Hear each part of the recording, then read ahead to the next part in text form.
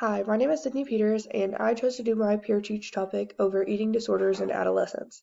And I have a PowerPoint link to go along with this video, so if you'd like to follow along, I'm going to upload that to this discussion.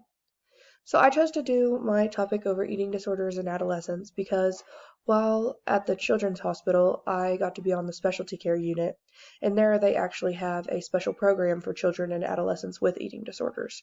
And so I thought that was really interesting because it's not something I knew a lot about, so I thought it'd be neat to do some research over that and share it with you.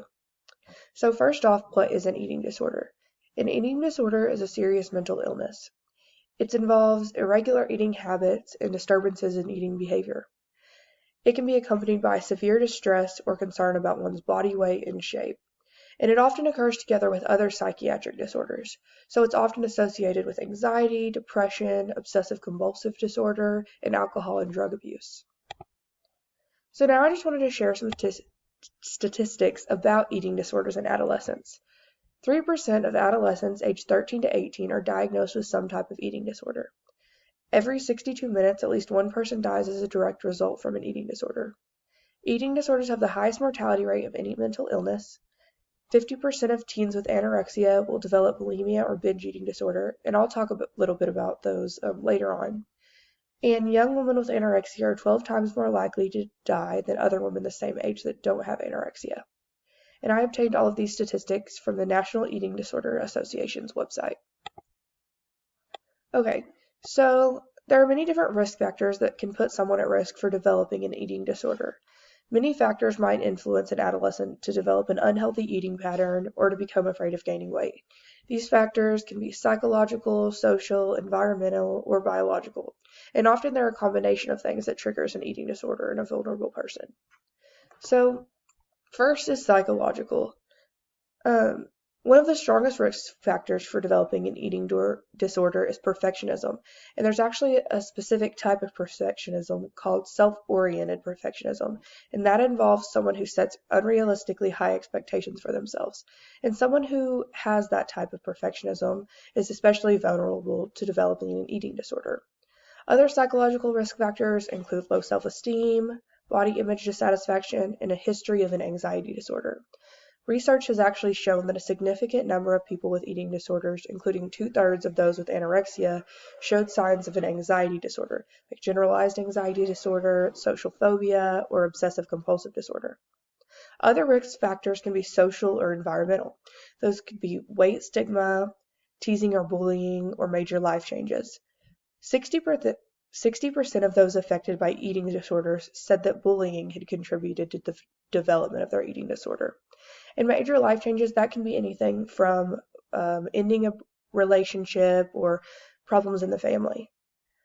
So the last risk factors are biological. The first is being female. 80% of adolescents and young adults with bulimia are female. So just being female puts you at a greater risk for developing an eating disorder.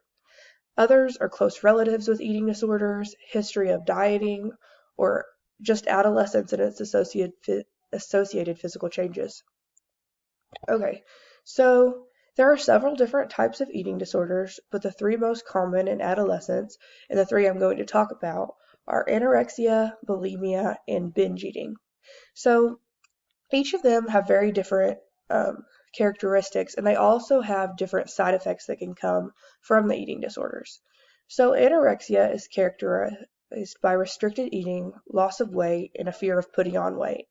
And people with anorexia can develop weak bones, seizures, and heart issues. A lot of people with anorexia actually develop heart failure. Also, anorexia often leads to a loss of menses in girls, and if left untreated, it can be fatal. The next is bulimia. People who have bulimia eat a lot of food at one time, and then they try to get rid of the food or extra weight that they may have gained by engaging in behaviors such as throwing up, taking laxatives, or exercising heavily. So with bulimia, it's a cycle of binging and then purging. Over time, bulimia can damage the throat, teeth, stomach, and heart. And like anorexia, if untreated, bulimia can also be fatal. The last one is a binge eating disorder. So with binge eating, people eat a large amount of food in a short time, but don't try to get rid of the food that they've been binge eating. So unlike bulimia, where they binge and purge, in binge eating disorders, they only binge. And because of that, this disorder can cause obesity, which is associated with health conditions such as type 2 diabetes and heart disease. So, the earlier an eating disorder is diagnosed and treated, the more likely the probability of someone having a complete recovery. However, many adolescents go undiagnosed and don't receive any treatment until their eating disorders are at an advanced stage. And that's what I saw with a lot of the children and adolescents at the Children's Hospital. A lot of them were advanced stages. One reason is that teenagers with eating disorders often try to hide their behaviors, or them, as well as their friends and family, may be in denial about their eating disorders. We're just simply unaware of the signs and symptoms. So that's why it's important for us as nurses to know what the different signs and symptoms of eating disorders are. So I'm just going to share a few of those with you. So some of those could be eating in secret, preoccupation with food, calorie counting, a fear of becoming fat, binge eating like I talked about before, using the bathroom often after meals. That can be a big one, especially with bulimia, because a lot of times after eating they will purge. Repeated unhealthy actions to lose or gain weight. So that could be, the excessive exercising, the purging, food phobias or avoidance. I actually read that a lot of people with anorexia choose to omit dairy or proteins from their diet. They could also have an obsession with physical appearance and how others perceive their body. And another sign is rapid weight loss or rapid weight gain. So rapid weight loss, that'd be associated with anorexia or bulimia, and then rapid weight gain could be associated with a binge eating disorder. So the last thing I want to talk about is treatment for eating disorders. Treatment for eating disorders is a multidisciplinary approach. So it involves medicine, psychiatry, individual, group, and family therapy, nutritional rehabilitation, and medication. So nutritional rehabilitation, it's aimed at restoring the health and body weight of the individual and eventually modifying behaviors related to the eating and the exercise. And with nutritional rehabilitation, there's nutritional counseling. So that includes a combination of nutritional education, meal planning, and goal setting.